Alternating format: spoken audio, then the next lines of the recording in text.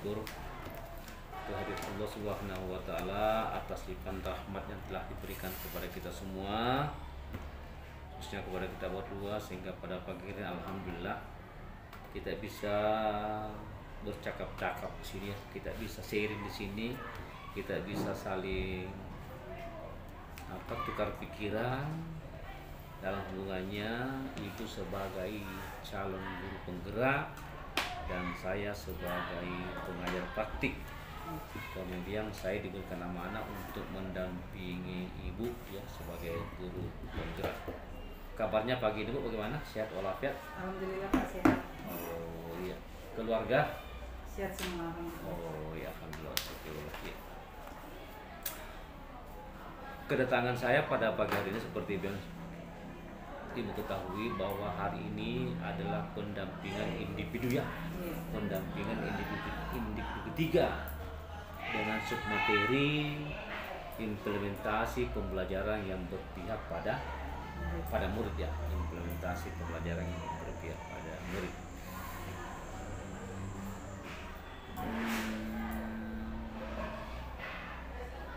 Ibu sebagai calon guru penggerak, apakah sudah memahami tentang materi yang akan kita diskusikan pada pagi hari ini? Apa yang akan Bapak tanyakan? Iya. Belum ada bayangan. Oh, belum ada bayangan ya. Kalau begitu saya bertanya ke Ibu. Di LMS Ibu, LMS khususnya di materi 2.2 gitu ya? 2.2. Apakah Ibu sudah memahami hal tersebut? Iya Pak, di modul 2.2 itu modulnya tentang pembelajaran sosial emosional. Iya. Ya, yaitu bagaimana kita memanajemen emosi kita dalam pembelajaran, maupun juga kita bagaimana bersosialisasi di sekolah bersama, baik itu bersama kepala sekolah kita, atasan kita, kemudian dengan teman-teman sejawat, dan juga utamanya kepada murid. Dan di sini kita utamanya kepada murid itu dia diintegrasikan ke dalam model pembelajaran apa yang kita terapkan di dalam kelas. Jadi nanti di sini kita diharapkan untuk bisa mengontrol emosi ya, kepada kepala sekolah, kepada teman, maupun juga kepada murid. Karena menghadapi karakter murid kita ini yang berbeda-beda, tentu saja membutuhkan kompetensi emosional yang beda-beda juga. Jadi saya sangat beruntung Pak mendapatkan materi ini, sehingga saya bisa belajar untuk menerapkan kesejahteraan psikologis atau Oke, ya sebentar ya. Ibu bersyukur telah mendapatkan materi ini, kemudian Ibu telah menerapkan.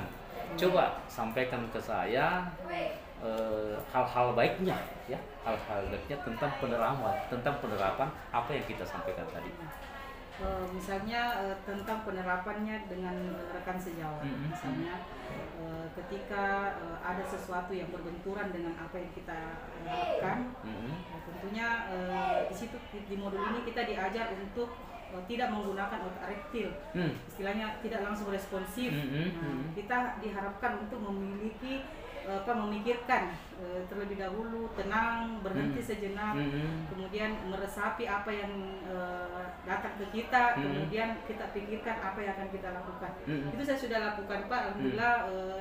Berbeda dengan yang lalu-lalu. Saya terlalu responsif dengan misalnya dengan atasan saya atau dengan teman-teman saya. Nah, ketika mempelajari konsep-konsep ini, saya bisa menerapkan itu, karena tentulah di dalam lingkungan sekolah pasti ada yang pro dan kontra terhadap kita, sehingga diharapkan. Pro dan kontra dengan kita, atau pro dan kontra antara guru dengan guru, atau antara guru dengan kepala sekolah?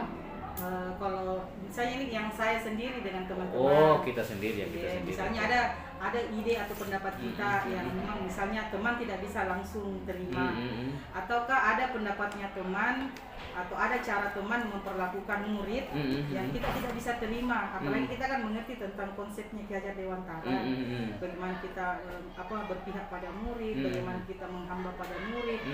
Ketika kita sudah memahami itu dan kita mencoba untuk menjalankan, tetapi ada lingkungan teman kita yang belum bisa menerima itu, karena mengubah paradigma itu kan sulit. Tidak semudah yang seperti yang kami jalani ini sudah berbulan-bulan.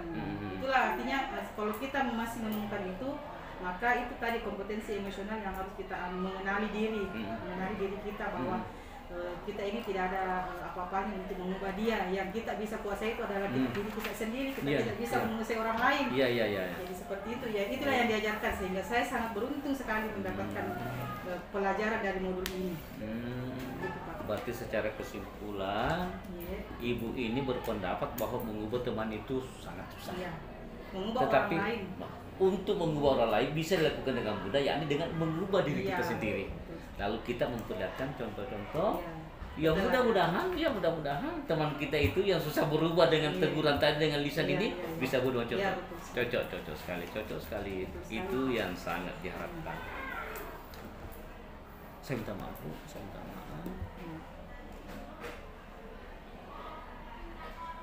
Bagaimana hubungan ibu dengan kepala sekolah? Kepala sekolah yang saat ini, Pak? Iya. Kalau Bapak bertanya tentang kepala sekolah yang saat ini, sangat baik. Tidak ada sedikit pun gesekan antara saya selama Bapak kepala sekolah di sini. Kalau yang ini, yang pernah itu dulu waktu saya masih awal-awal mengajar, baru terangkat, istilahnya berjiwa muda, maksudnya masih tahun 2005 sampai 2010. Idealis kita masih terlalu, istilahnya itulah responsif. Otak reptil kita terlalu cepat dibanding otak kanan kita yang berpikir itu yang kalau saya flashback dengan pengalaman yang lalu itulah. Bahwa seandainya dulu kita bisa memahami tentang konsep ini seperti pembelajaran sosial emosional, maka tidak akan terjadi seperti dulu-dulu itu kepala sekolah menekan kita dan segala macam. Alhamdulillah yang sekarang ini tidak ada masalah, Pak. Oh begitu deh.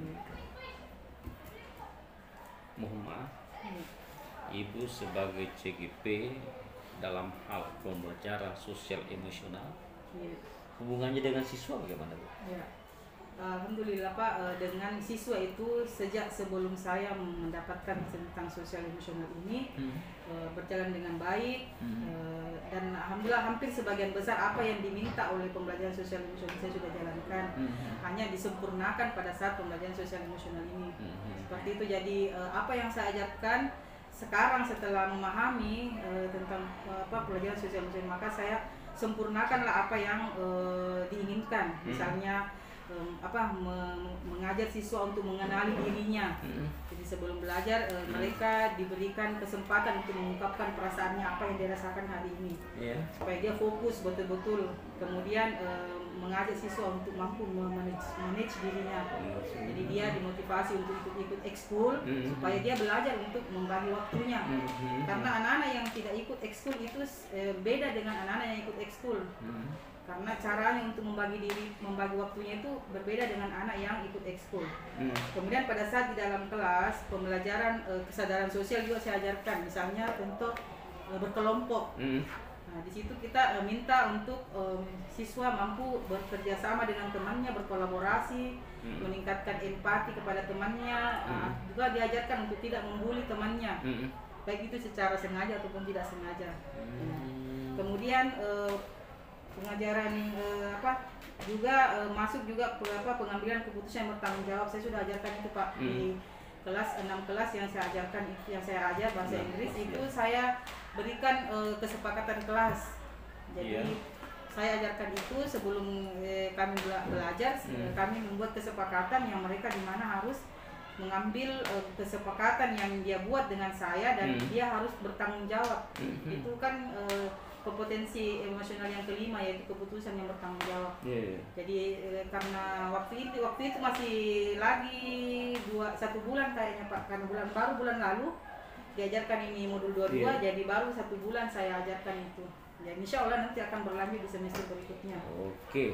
Ditindaklanjuti lagi. Yang berikut, dalam keputusan yang bertanggung jawab sebagian dari sosial emosional ya, Iya. adakah yang ditemukan? Adakah yang ditemukan ketika menerapkan sosial emosional kepada anak ini dengan melihat anak sekarang? Iya. Yang saya maksud ibu temukan itu adalah hal-hal perilaku negatif atau perilaku menyimpan dari anak kita, dan apa solusi yang ibu ambil? Iya. Ya, selama saya belajar ini pembelajaran sosial emosional, yang selalu anak-anak ini ada beberapa kasus yang berhubungan dengan sosial emosionalnya, yaitu mereka tidak bisa mengontrol diri. Jadi mengenali dirinya. Tapi saya potong. Usia siswa kita berapa? Yang saya ajar, itu usianya 15 tahun. Oh, 15 tahun. Iya. Rata semua 15 tahun. Iya, rata 15 tahun. Oke, lanjut tadi. Oke. Karena ini kan mereka masa-masa puber, jadi istilahnya mereka kurang bisa mengontrol diri apabila ada ajakan-ajakan dari lingkungan luar. Nah, itulah yang saya tekankan kepada anak-anak untuk selalu memberikan nasihat kepada mereka sebelum belajar, dimulai pembelajaran. Jadi saya ajarkan dulu untuk mengenali dirinya, apa sebenarnya tujuannya, kemudian fokus terhadap terhadap dirinya, istilahnya mindfulness, artinya kesadaran penuh, sadar. Jadi kalau sudah diingatkan seperti itu, istilahnya mereka bisa berpikir apa sebenarnya tujuannya dalam sekolah. Tapi kalau istilahnya tidak diingatkan lagi, ya itu kadang ikut lagi sama teman-temannya. Oke, tadi saya potong dulu Bu. Ini 6 kelas yang kita ajar. Per kelas berapa jumlah siswa? 32, ada 33. 32 ya, kelas dasar 32. Jadi tidak semua juga siswa yang ada, kan dalam satu kelas itu kadang ada 1 atau 2 yang belum bisa mampu mengembangkan sosial emosionalnya. Jadi itulah, tapi tidak mungkin juga kita memanggil satu-satu untuk diarahkan ke satu pihak. Jadi secara umum kita lakukan itu di dalam pembelajaran, sehingga diajak untuk didorong untuk bisa juga mengenali akan dirinya itu anak, sosial emosional seperti itu. Tapi dalam pelaksanaan pembelajaran sosial emosional ini, apakah ibu bekerja sama dengan pihak lain atau ibu sendiri yang menerapkan di kelas atau di lingkungan sekolah? Ya, saya bekerja sama dengan pihak lain, misalnya dengan wali kelasnya, atau dengan BP, BP atau guru BK-nya. Guru BK-nya, dan juga tentu dengan Bapak Kepala Sekolah juga saya tetap memberikan masukan, memberikan informasi kepada beliau. Tapi ketika misalnya anak ini ingin diberikan sesuatu yang di luar dari harapan kita, kami tetap mengkomunikasikan dengan baik bahwa tugas dan tanggung jawab kita di sekolah itu adalah sebagai pamong yang selalu membimbing anak-anak. Jadi tidak istilahnya kami juga mengingatkan atasan lah untuk melibatkan teman, baik itu guru mata pelajaran, guru BK, wali kelas, kepala sekolah. Masih ada yang lain Bu? Orang tua harus dilibatkan orang tua. Tapi bagaimana bentuk praktis sosial emosional kepada orang tua? Karena kita tahu tidak semua orang tua yang diberitahu bahwa anaknya demikian dia mau terima. Adakah kita temukan orang tua ketika disampaikan anaknya begini lalu tidak bla bla bla? Adakah yang bisa kita temukan? Dan sepanjang kalau saya Pak, karena saya memulai itu dengan etikat baik kepada orang tua, jadi cara mengkomunikasinya juga baik, sehingga orang tua alhamdulillah selama ini saya mengajar Pak, saya juga membimbing anak-anak di sini tidak pernah ada yang menolak bahwa tidak begitu saya anak. Karena memang dari awal saya misalnya mengambil mereka itu dengan istilahnya KB, begitu KB, informasinya anak bisa kita cross check dulu. Dan saya tidak menghakimi langsung bahwa data salah. Kultur budaya kita masih dikedepankan untuk gitu ya. Istilahnya ada kan biasa teman langsung, anak ini begini, salah itu anak tadi. Artinya kita tidak langsung menjustis anak itu bahwa itu salah. Istilahnya kita katakan bahwa masih butuh bimbingan. Oke, makasih. Saya poin 1 itu poin ini yang salah satu tugas kita sebagai guru penggerak, bagaimana kita bisa memberikan pemahaman ke teman bahwa melakukan komunikasi khususnya dalam sosial emosional, baik itu kepada murid atau siswa, baik itu kepada teman sejawat atau lingkungan, maupun kepada sekolah, kedepankan perasaannya. Kita tahu Iya, Semua orang menginginkan yang baik, pasti itu. Iya, betul. Sehingga hal-hal yang mungkin sifatnya negatif ketika kita komunikasikan dengan baik, maka itu bisa menjadi baik pula.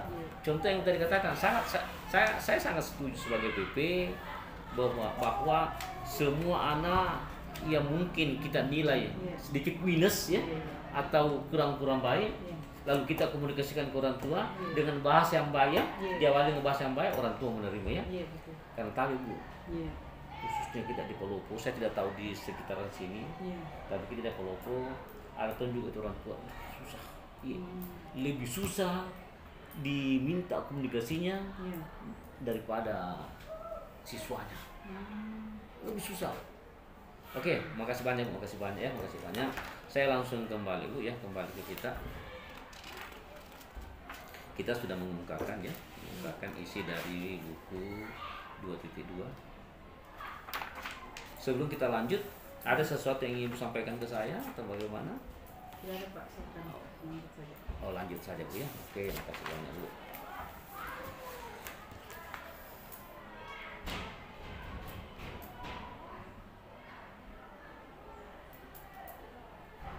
Coba saya tanya Bu. Menurut Ibu, apa yang ada dalam pemikiran Ibu sebagai CGP ketika saya mengatakan refleksi hasil survei atau umpak balik 360 derajat? Istilahnya itu Pak, kalau refleksi 360 derajat artinya kayak seperti lingkaran. Berarti mulai dari refleksi saya sendiri, diri saya sendiri, kemudian atasan saya, kemudian refleksi dari teman rekan sejawat saya, kemudian dari murid saya. Berarti refleksi satu sistem ya. Sebagai stakeholder semua harus ada. Pak. Wah, bagus sekolah. Iya. Oh, iya. Saya minta izin Pak ya Pak. Oh iya, Iya. Pak Herudin. Siap. Iya. Artinya pembelajaran yang kita laksanakan sekarang ini, ketika kita kaitkan dengan materi yang kita dapatkan, mungkin kita merasa apa itu dari dulu begitu ya. Saya mengharapkan kepada kita, khususnya kepada Ibu, bagaimana paradigma yang ada pada mereka itu bisa secara perlahan-lahan, bukan juga kita katakan itu salah ya, jangan ya, ingat, jangan katakan salah, tetapi kita bisa menyampaikan, kita bisa memberikan contoh bahwa saat ini pembelajaran berpusat kepada murid atau kepada siswa. Tapi Bu, saya mau ke paradigma 360 khususnya kepada guru sebagai satu kepada siswa ya, sebagai murid, sebagai satu stakeholder. Dalam melakukan pembelajaran, apakah Ibu sudah melakukan asesmen kepada murid? Asesmen belum secara mendetail Pak. Belum secara detail, tetapi ada beberapa yang saya sudah lakukan asesmennya, tapi dalam mata pelajaran saya saja Pak, istilahnya mengukur secara umum saja mata pelajaran saya, itu asesmen yang saya berikan. Kemudian kesiapan murid belajar pada saat saya mengajar, kemudian gaya belajarnya itu saja yang saya pernah lakukan. Oh begitu. Yang berikut Bu ya, kalau begitu di mana letak ya? Di mana letak 360-nya ya? 360 derajatnya antara Ibu dengan siswa dalam hal proses pembelajaran. Di situ letaknya di situ Pak.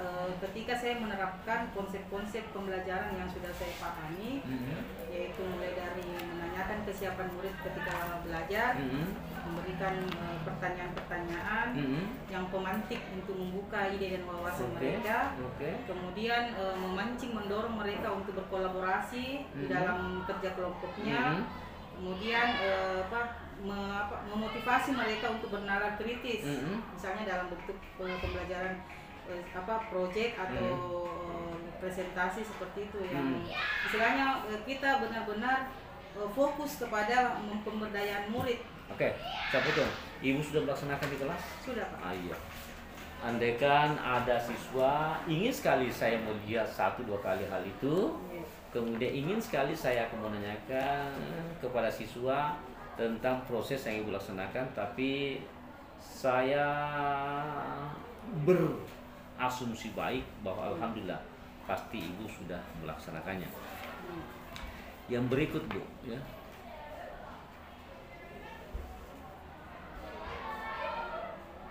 Sebagai guru ya, sebagai guru, khususnya ibu sebagai CDP, dalam sosial kontrol tadi yang kita pahami bersama bahwa jangankan siswa atau murid kita, Iya. anak kita sendiri saja, jangankan lingkungan sekolah, Iya. lingkungan keluarga saja ya, Iya. pasti ada terjadi yang namanya anak yang blank atau tidak mau mendengarkan hal-hal yang disampaikan kepadanya. Ada yang mendapatkan? Pernah ada Pak. Pernah ada. Iya, Nah, kalau sekarang tapi kalau pernah ada, seperti apa konteks blank yang itu? Kemudian solusinya ibu, apa solusi yang ibu lakukan?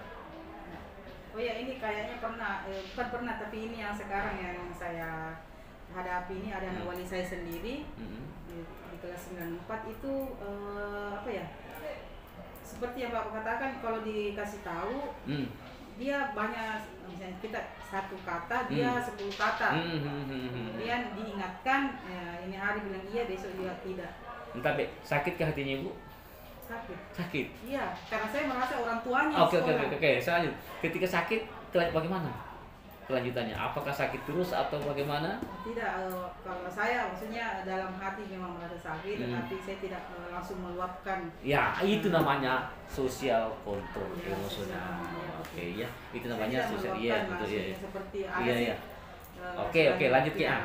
Nah, tapi intinya bahwa saya katakan begini, kalau kamu tidak mau mendengar saya di sini sebagai orang tuamu, siapa lagi yang kamu dengarkan? Iya, saya bilang begitu. Akhirnya juga dapat sendiri istilahnya karmanya, karena sering dipanggil, akhirnya hampir dikeluarkan waktu itu, tapi saya langsung menghadap ke kepala sekolah, Pak, berikan saya kesempatan untuk terus membina anak ini, karena saya tahu latar belakang keluarganya bagaimana.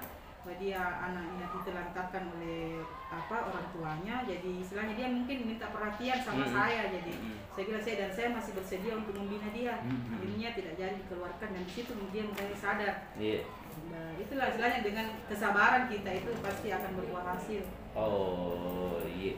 Karena memang kita dituntut itu untuk menjadi pamong. Iya. Nah, kita harus sabar sama yang seperti itu. Oke. Itu satu contoh yang saya tanyakan kepada ibu tentang sosial kontrol emosional kepada siswa, dan saya yakin dengan lingkungan sekolah pasti juga ada ya, baik itu ke guru, baik itu ke kepala sekolah ya. Alhamdulillah ibu sudah menyadarinya dengan baik dan insya Allah sudah melaksanakannya pula dengan baik. Berdasarkan penyampaian ibu ke saya yang barusan, kira-kira masih adakah hal yang kurang baik yang perlu ditingkatkan, atau hal yang sudah baik dan perlu ditingkatkan, atau hal yang sudah sangat baik tetapi implementasinya masih perlu ditingkatkan? Dari refleksi 360 itu ada beberapa teman yang memberikan refleksi kepada saya, dan seharusnya lah saya membuka diri untuk mendengarkan itu, karena itu adalah refleksi dari orang lain. Kita tidak bisa mengambil refleksi diri kita sendiri kalau bukan ada juga refleksi dari orang lain. Nah, menurut teman saya atau rekan sejawat saya yang perlu saya terus lanjutkan, yang sudah baik dan perlu dilanjutkan itu misalnya memberikan pengaruh positif, misalnya keteladanan kepada mereka, dan perlu untuk memberikan penghargaan kepada orang lain sehingga kita diberikan penghargaan juga. Kemudian bertindak sesuai dengan norma-norma aturan yang berlaku di lingkungan sekolah kita. Itu yang mereka katakan bahwa terus lanjutkan seperti itu.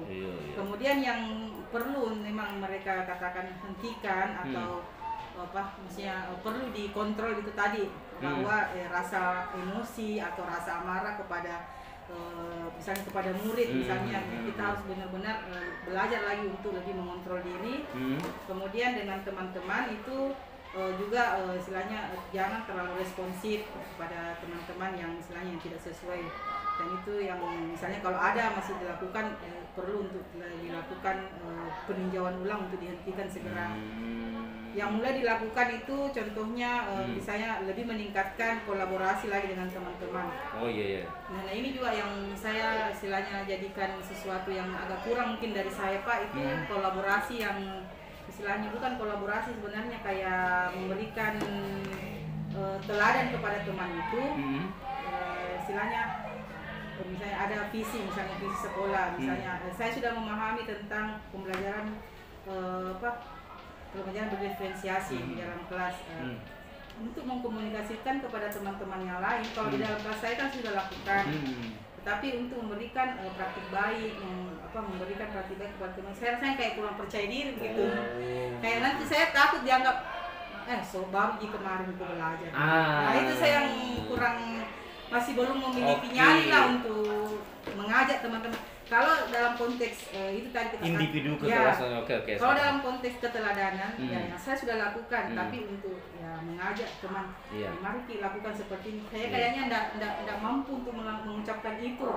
Tapi kalau di dalam kelas saya lakukan. Tapi bagaimana cara agar teman melihat saya secara sengaja itu yang masih kurang bisa saya lakukan, karena saya ini hanya guru biasa di sekolah, bukan wakasek, bukan ini lah. Rasanya itulah yang menjadi titik kelemahan saya untuk menyampaikan hal baik itu kepada teman-teman. Oke, terima kasih. Ibu Ismawati, hal pertama yang ibu harus kuatkan dalam diri kita bahwa ibu menjadi CGP itu bukan seperti membalikan telapak tangan, sehingga rasa optimis ini harus ada. Pertama, saya bersyukur bisa lolos menjadi CGP. Yang kedua, ibu harus bertanggung jawab untuk menjadi CGP. Dan yang ketiga, ibu harus menjadi teladan sebagai guru CGP. Nah, dalam hal ibu yang kita katakan tadi itu wajar, wajar sekali sebagai manusia biasa. Ya. Tetapi itu tadi harus optimis. Hanya sikap optimis ini tentu harus dibarengi dengan bukti. Ya. Harus ada jawantah. Contoh, ketika ibu misalnya menerapkan pembelajaran yang berdiferensial, maka ibu harus bertanggung jawab dan konsekuensi pelaksanaan itu. Ya. Ketika ibu misalnya melaksanakan pembelajaran asesmen kepada siswa, maka ibu bisa memberikan informasi-informasi kepada teman-teman lain tentang kondisi di kelas. Kemudian yang paling utama, harus ibu menjadi teladan, harus ibu menjadi contoh dalam pelaksanaan PBM. Mana teladannya sih? Biar kecil bu, ya. Contoh yang kecil itu bisa berpengaruh besar.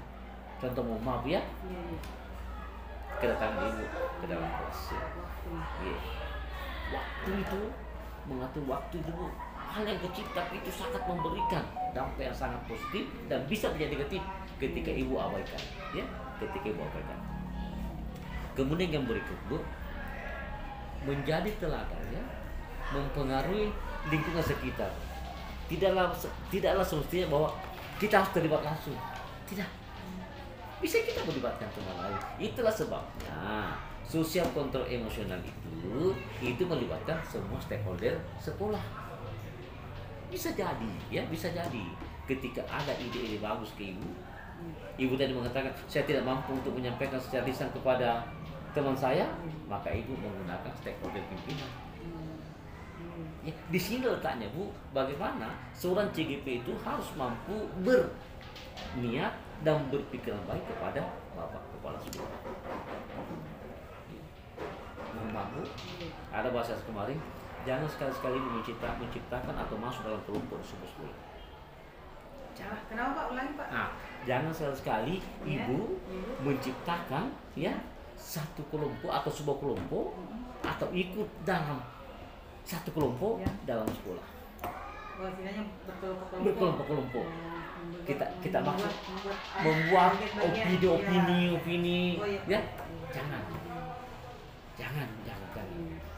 Kalau begitu ibu di mana? Ibu berada di tengah-tengah lingkungan sekolah. Netral. Iya. Dan ingat bu, netral diimbangi dengan sikap loyalitas kepada pimpinan.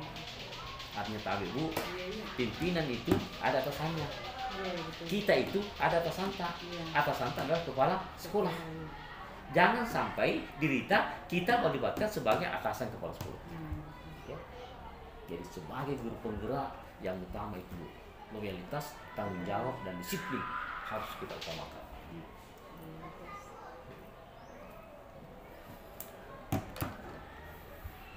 Ada sesuatu mau disampaikan bu?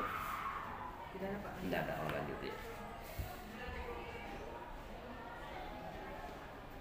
Oke.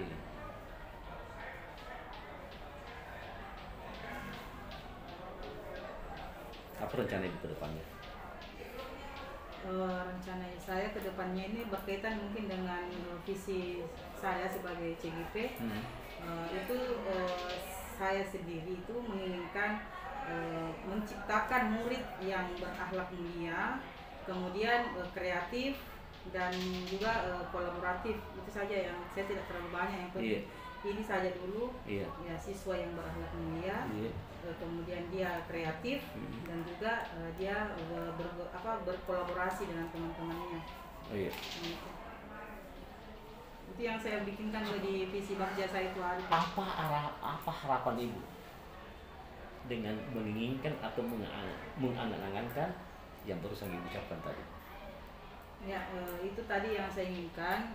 Ketika murid itu Pak memiliki akhlak yang baik, maka dia itu istilahnya dia sudah mendapatkan kesuksesan di dunia itu 50%.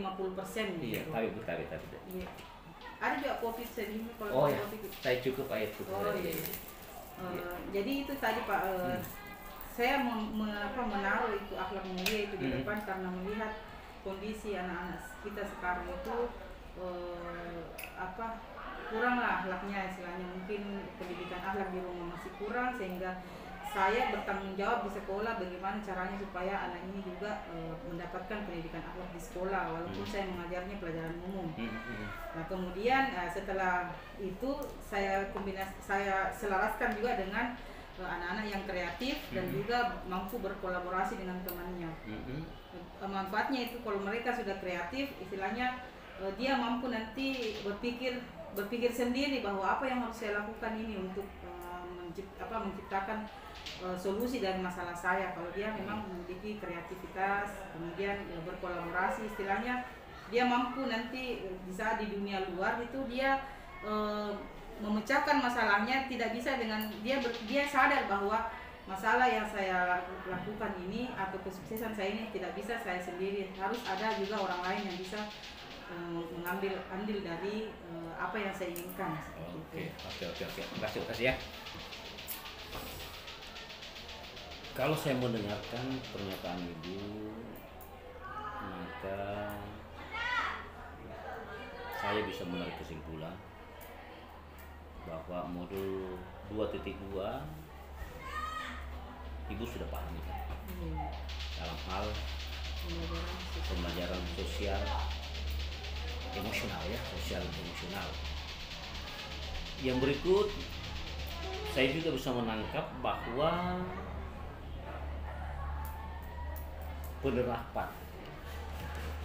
penerapan sikap sosial emosional ibu itu kita sudah laksanakan dengan memberikan contoh tadi antara ibu dengan siswa.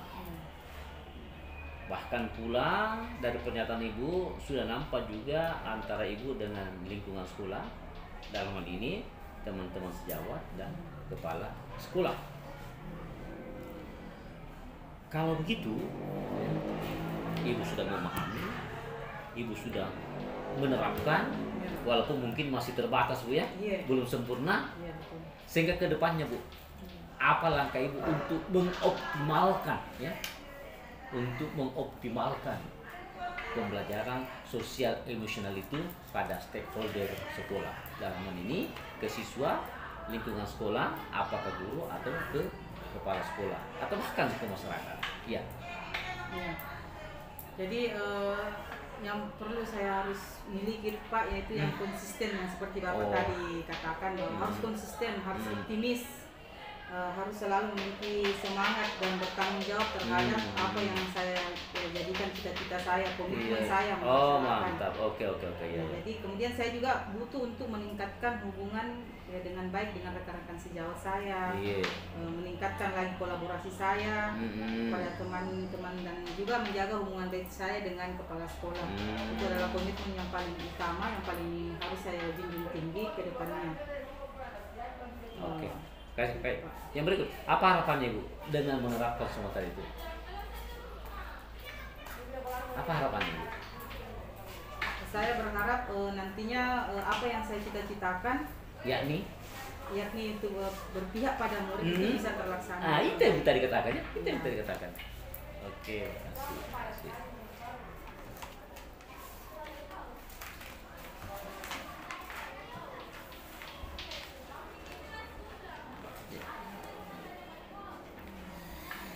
Jika keterlaksanaan pembelajaran sosial emosional itu Ibu sudah laksanakan, Ibu sudah terapkan, bahkan Ibu akan mengharapkan lagi ke depannya, ya akan lebih baik. Jikalau hal-hal itu diimplementasikan dalam sebuah singkatan yang namanya Bakja, tolong uraikan Bakja Ibu yang berhubungan dengan pembelajaran sosial emosional. Tadi Pak, uraian prakarsa perubahan yang saya ingin lakukan, yaitu tadi visi sekolah saya dengan mengusung prakarsa perubahan, yaitu mewujudkan murid yang beriman dan bertakwa, mandiri serta percaya diri. Itu yang saya Pak, prakarsa perubahan saya itu. Prakarsa perubahan. Iya. Saya coba aplikasikan dalam bentuk Bakja. Oh ya. Iya. Membuat pertanyaan begitu Bakja kan itu membuat pertanyaan, ambil bagian, kemudian gali mimpi, kemudian jabarkan rencana, kemudian aksi ya. Aksi. Coba sampaikan ke saya. Ya itu tadi kalau membuat pertanyaan, saya akan melakukan siapakah yang memiliki kemampuan untuk bisa memberikan menjalankan program untuk mewujudkan siswa yang beriman dan bertakwa, mandiri dan percaya diri. Nah, kemudian kalau itu atur rencana itu tadi kami mengundang teman-teman rekan-rekan sejawat untuk stakeholder sekolah untuk melakukan program itu tadi untuk menciptakan murid yang beriman, bertakwa dan mandiri. Kalau gali mimpi itu tadi kami memimpikan murid yang memiliki iman dan takwa, mandiri dan juga percaya diri. Kemudian jabarkan rencana itu membuat kegiatan-kegiatan, baik itu kegiatan intra atau ekstra yang melatih murid untuk senantiasa beriman, bertakwa, mandiri dan percaya diri. Atur eksekusinya itu nanti kami akan undang baik itu kepala sekolah, pengawas untuk mengawasi apa yang sudah kami lakukan. Jangan lupa waktu harus diatur ya, disesuaikan dengan kalender pendidikan ya. Saya mengharapkan Ibu sebagai CGP dalam melakukan aksi, apakah itu aksi mimpi atau aksi nyata, mohon libatkan semua stakeholder sekolah. Ingat bahwa memberikan teladan, memberikan contoh yang utama adalah bagaimana kita bisa memperlihatkan kepada orang. Dan satu pesan saya Ibu, jangan melakukan sesuatu hanya karena berkata. Jangan. Tapi lakukanlah sesuatu dengan ikhlas supaya atau agar bisa sesuatu itu bisa bermanfaat. Ya. Dan yang berikut, ketika melakukan sesuatu, kalau Ibu merasa gagal, jangan pesimis. Tetap optimis karena tidaklah sesuatu yang gagal tidak ada manfaatnya. Bisa jadi hal yang gagal itu merupakan awal untuk menciptakan sebuah ide, menciptakan sebuah program yang bisa akan lebih baik kepada anak didik kita yang insya Allah akan berimbas pada sekolah juga ya. Oke, yang berikut Bu.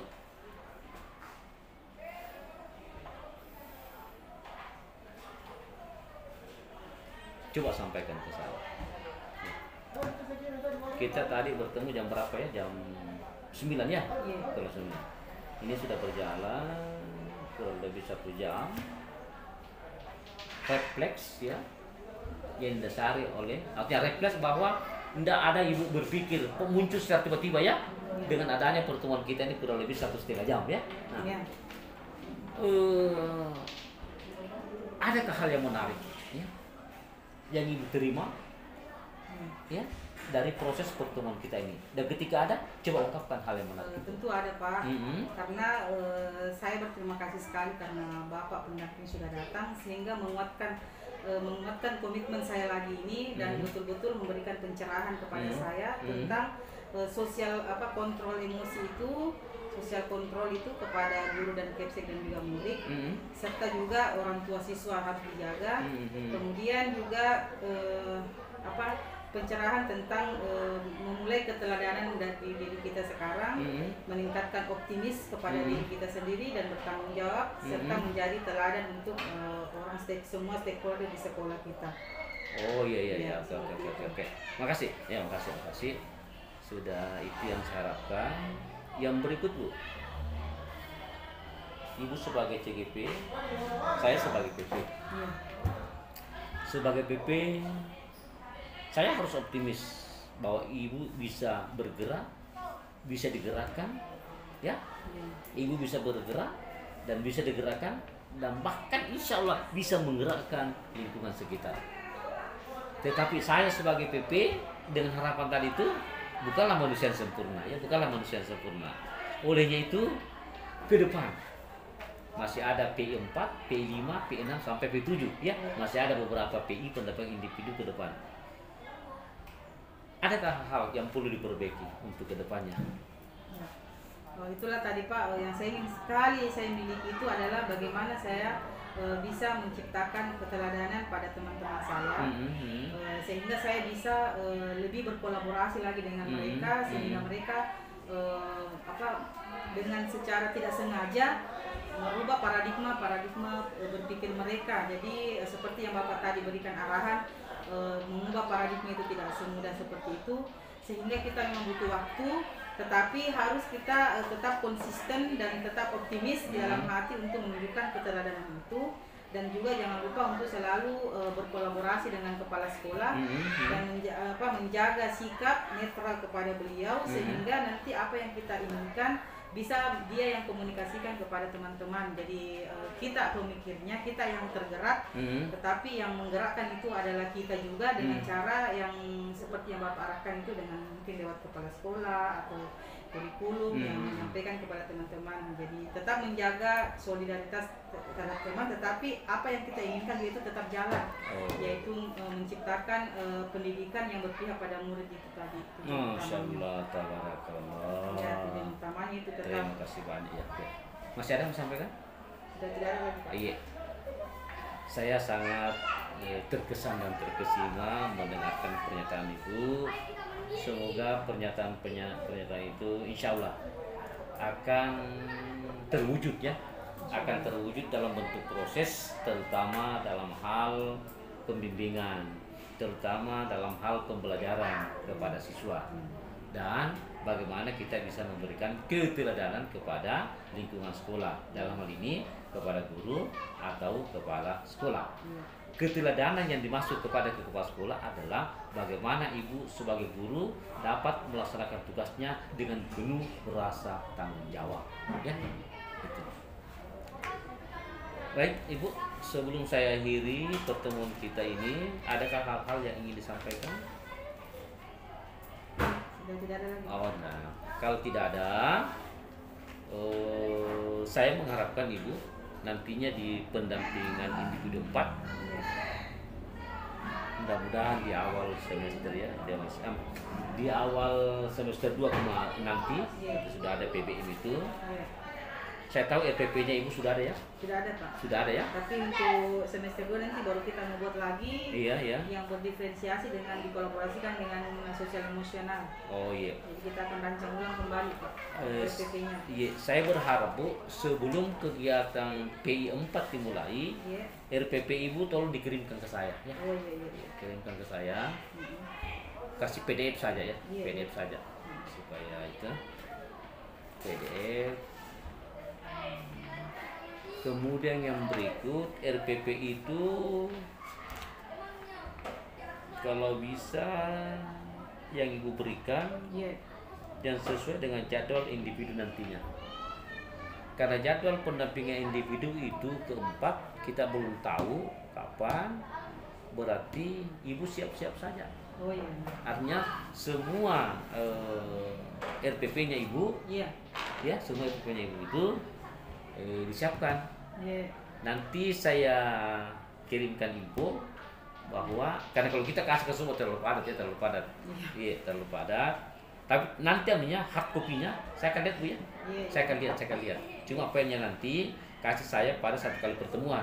Iya. Dan insya Allah nanti itu kita akan rencanakan di dalam kelas. Oh iya. Saja Bu. Kelas di dalam kelas Pak. Iya. Oke.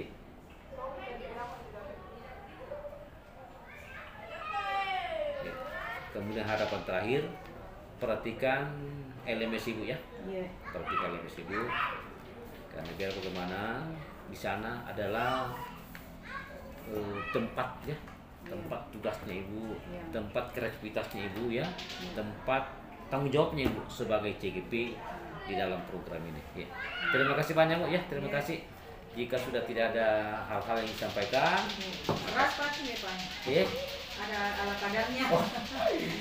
Kalau saya Bu tidak usah merepotkan, Air minum itu sudah sangat cukup Iya, buat Pak. saya. Iya. Saya juga senang kalau Bapak mau coba-coba. Oh iya, makasih. Saya kira demikian Ibu. Ya, sekali lagi saya katakan sukses Ki sebagai Iya, CGP. insya Allah, Pak. Optimis Ki, insya Allah keberkahan Allah akan berpihak pada kita semua. Demikian kurang lebihnya mohon dimaafkan. Wassalamualaikum warahmatullahi wabarakatuh. Waalaikumsalam Iya. warahmatullahi wabarakatuh. Tadi Bu kita tanda tangan di sini dengan kepala sekolah di sini. Akan saya bawakan filmnya ke kelas sekolah.